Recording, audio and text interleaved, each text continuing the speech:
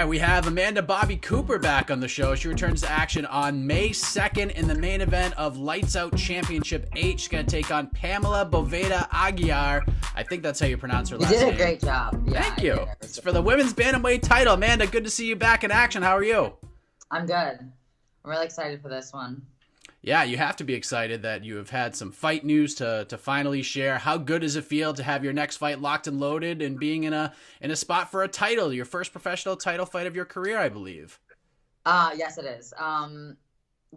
We've been trying to find a fight for a few months since I fought back in September. It's tough. I want the right opponent at the right time. I'm pretty picky with how long I train. That's kind of the reason why I haven't fought for Invicta yet. They just give too short a notice, and I like 10, 13. I mean, I'm always in the gym training. I'm not taking any time off, but I like a long time where I'm doing hard sessions multiple times a day, getting diet right, getting training right. So this one was perfect amount of time, perfect opponent. I like fighting in Michigan right now because I'm able to sell tickets and have my friends and family there, whereas when I was fighting UFC, I never really got that.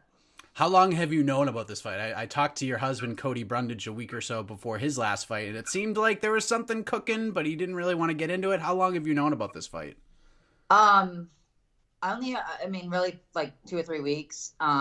We had another fight that we were working for a while ago, and then it fell through. So, yeah, this one I've known for a few weeks. Your last fight, you looked phenomenal against Jamie Milanowski. It was a brutal finish, a lot of nasty elbows. It seemed like, to me, at least watching the finish multiple times, it seemed like you had some almost pent-up aggression to unleash watching that closing sequence of the fight. Like, I know it's martial arts and finishes are what you're seeking, but it seemed like there was some extra juice in those shots. Is that accurate?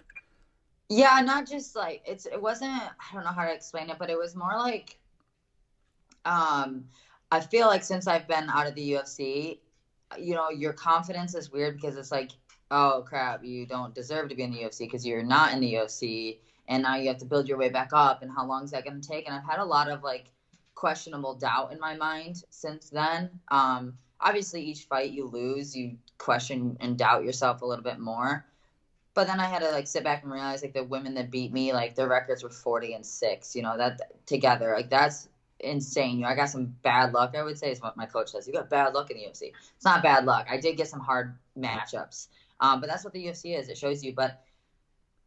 In that fight with Jamie Milanowski, I just felt like she wasn't on my level at all. So in that fight, like first round, I wanted that first round finish. I wanted to not only just beat her, but I really felt once I got to mount, I was like, I'm going to end this devastating and show like why I still belong in the UFC. And that's really what I'm going to continue to do till I get back to the UFC. I'm not going to just beat girls. I want to take tough fights, but beat them in a way that's like, holy crap, why is she not in the UFC? So I think that's what I was feeling when I was in Mount. I was like, I'm going to get this done. Do you feel, you've had some finishes in your career. Do you feel like that was the best overall performance that you've had, the best finish you've had in your career to this point? I definitely think the finish was the most dominant. I thought I looked good in the fight. The Angela Magana fight, I always felt like I was more well-rounded. I mean, even Anna Elmos, I felt like I did great striking against her, great takedowns, great on the groundwork. Felt like that was more well-rounded, but I definitely think this Jamie Milanowski fight was the most devastating finish I've had, other than, I had some good performances in Tough House too, but I like that style of fight for me.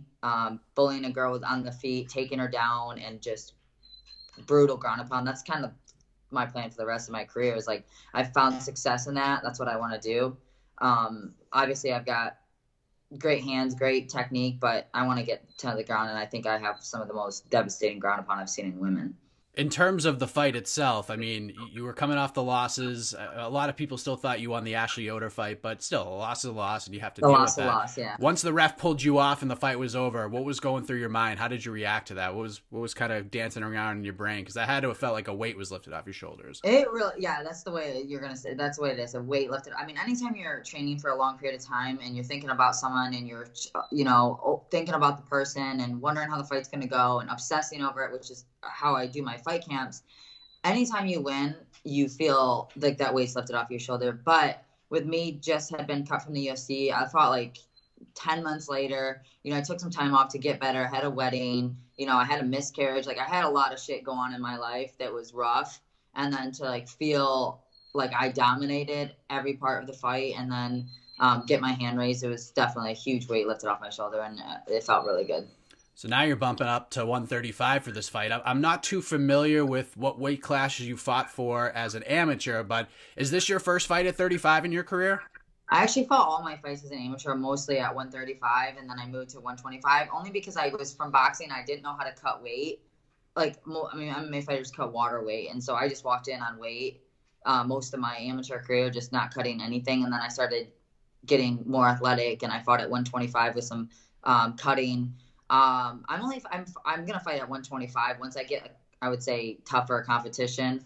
I just don't really see the point in cutting so much water. It's super unhealthy for my body. I kind of thought that maybe that's why I mean, no one really knows why you have a miscarriage, but I'm like, cutting 30 pounds and 15 pounds of water every time I fight can't be healthy for my body.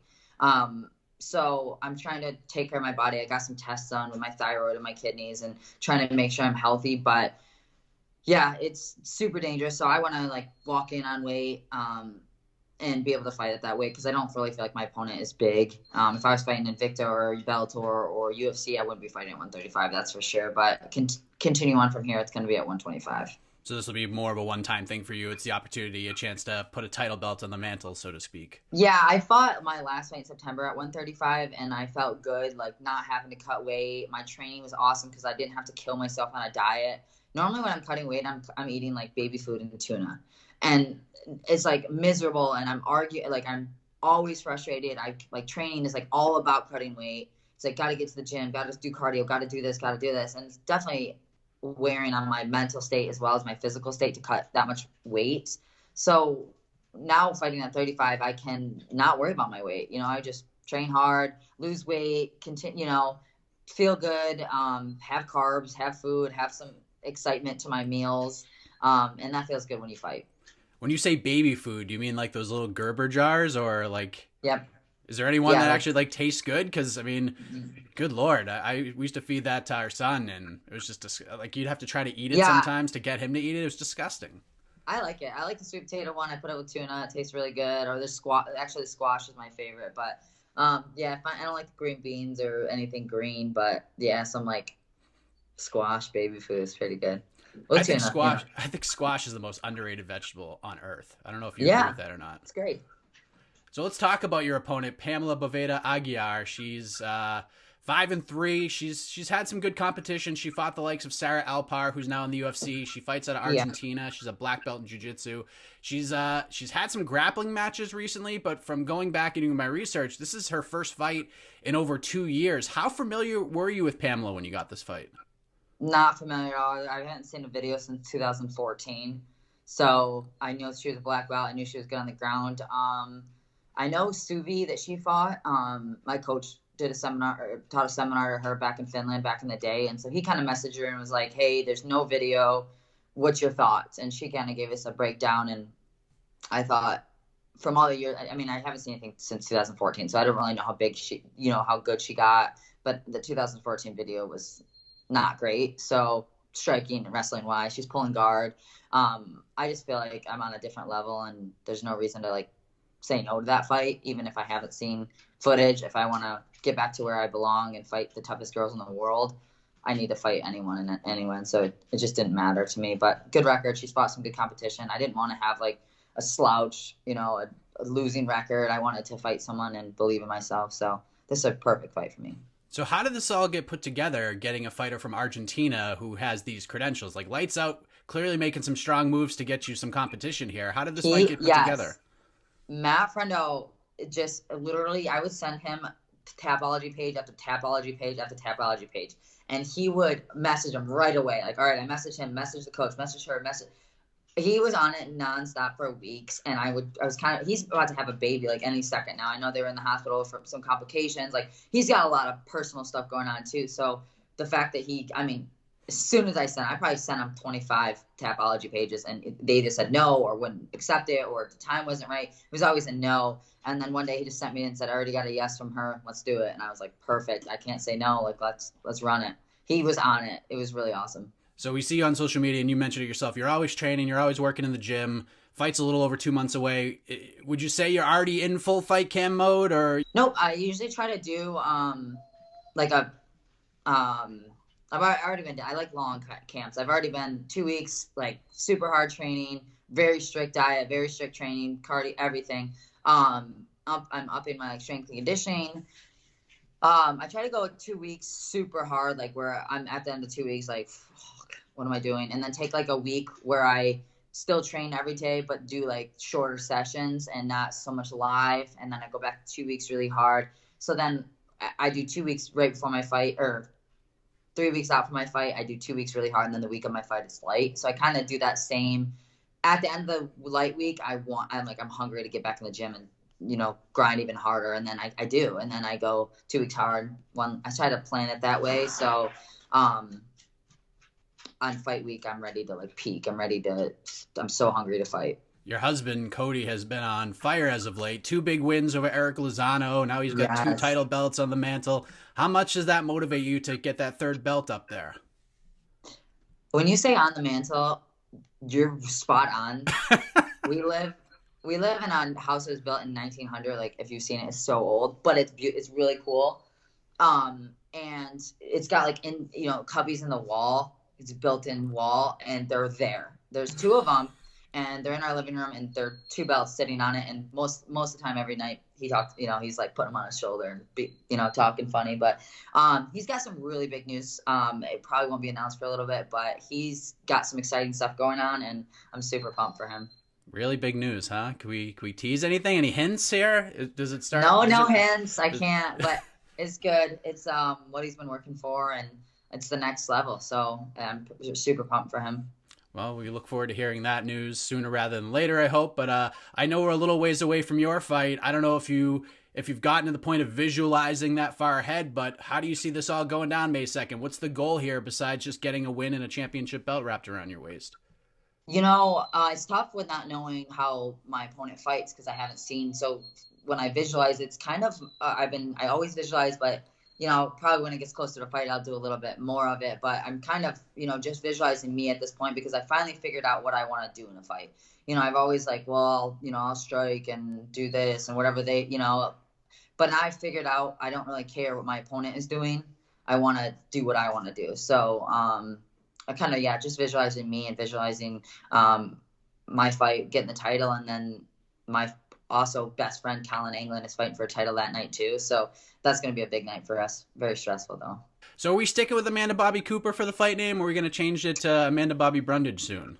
If I didn't have the nickname ABC, I would have already said Amanda Brundage. But my nickname is ABC, and it would just make sense. And we struggle with this because I'm proud to be a wife of Cody Brundage. I'm proud to have that last name, especially like he's going to be in the he's going to be in the UFC, and I'm going to be we're going to get there. But I want to be able to have that Brundage on my jersey. But I'm stuck between, everyone knows me as Amanda Bobby Cooper. Everyone knows me as ABC. So I struggle with how to promote both. And I don't think I figured it out yet, but I'm just going to keep promoting that. I am proud to be his wife. I'm proud to have that last name, but I have built this ABC for so long. I don't want people to I changed my Facebook name to Bobby Brundage because people call me Bobby. And you wouldn't believe the amount of messages I get from hey buddy, what's up, man? They believe I'm a dude, which I think Cody likes because I'm never getting hit on anymore. They always believe I'm a dude, which is great for him. But I'm well, whatever. At least on Instagram and Twitter, I'm still Amanda Bobby Cooper Brundage, whatever. We'll call me both. Yeah, I mean, you've built that brand over the years. It's got to be. There's really no way I can change it. I mean, my nickname is ABC. So I want to ask you about this. I know Michelle Pajeda is part of your team, and Jim Gray was in his corner in Rio Rancho, and the way that fight ended was a tough one for sure. Yeah. Have you spoken with him at all? How is he doing since that fight with Diego Sanchez? I don't know. I know that it's hard to speak to him when he's not around, but I know James just said that it was awful. He was devastated because he doesn't know. That was his last fight in the contract, I believe. Or maybe he's got one more. I can't really remember, but he's worried that he's not going to get another shot. He doesn't know what's going on. He was really disappointed that he's I come to fight, I come to put on a show, and mistake or not, obviously there's only like 4 rules in MMA. Just follow them. Don't knee the head when a ground opponent. So he understands that he broke the rules. He didn't do it right, but he's frustrated that he comes to show. He's a showman. He wants to put on a show. And that guy just was like, well, if I say no, do I still win? And gave up, And so that's his thing. He's like, we put on this show. Even if he lost at the end of the fight, he wants to put on a show, and that wasn't a show. So he was pretty upset about it. Yeah, I thought, in terms of being patient and taking the theatrics down a little bit, I mean, they were still there, but it wasn't like as often as we may have saw in the Tristan Connolly fight. Yeah. But I mean, I thought he looked great. It was just super unfortunate, and Diego taking the DQ. What did you make of all that? I mean, you've been in the UFC you had some UFC experience for a while. You're looking to get back up there. When you're watching this fight and you're watching your teammate fight a legend like Diego Sanchez and he takes the DQ, what did you make of all of that? It's embarrassing for him, I was just like, man, people look up to him, and he's been fighting for a long time, and to just like kind of get out like that, I never imagined. Even when I was fighting, I was thinking the worst thing that could happen is my opponent get cut and we have to stop it, or a legal shot. Like that to me is the worst way to win or lose a fight. Is an elite, like you want to finish it no matter what. You want the fight to go to the hands of even not the hands of the judges, but you want to get your hand raised or feel that you won or lost. Doesn't matter, but. It sucks to see him fight like that. That's my dog. Yeah, he's got a lot of energy. And I assume that we're looking for a controversy-free title win on May 2nd at Lights Out Championship 8, Amanda Bobby Cooper. I got to get a finish. That's to me is like not just winning against anyone right now. Until I get back in the UFC, I got to just dominate every fight and make it brutal. Here we go. And the next step is against Pamela Boveda Aguirre for the women's bantamweight title at Lights Out Championship 8 in the main event. Amanda, always appreciate the time. Before we let you go, let the folks know where they can find and follow you on social media. Any shout-outs, anything else you want to get off your chest? The floor is yours. No, on Instagram or Twitter, it's at ABC Nation 115. And then Cody and I we have a YouTube channel called Life in Cages where we, have training footage, have diet, have nutrition, just kind of life in the day in the life of a UFC couple, or not UFC couple, a fighting MMA professional couple. Sorry. We will be in the UFC. Soon to be. Yes. That would be cool. We have to keep saying it. This is our, you got to speak it out into the universe. But it shows a lot of us at home or at the gym, kind of what our weight cut looks like, what our diet, everything. That Life in Cages is the YouTube channel. And if anyone wants to follow us, we put videos up as much as possible. Thank you, Amanda. Yep, check out the YouTube page. There is some good stuff. I have checked it out a couple of times. All the best to you for this fight camp and in the fight on May 2nd. Thanks. You have a good day. This done. My dog's going to start barking in like 2 seconds because he sees Before the dog starts barking, there it is. Yeah, come here. Right on cue. Yeah. I just saw him, I was sitting outside and this old lady's walking. I'm like, dog is going to go nuts. He's holding it in pretty well right now, actually. I can see it. Wow, I'm impressed. Maybe it's the melodious sound of my voice. Maybe it's calming him down. Yes, that's exactly what it is.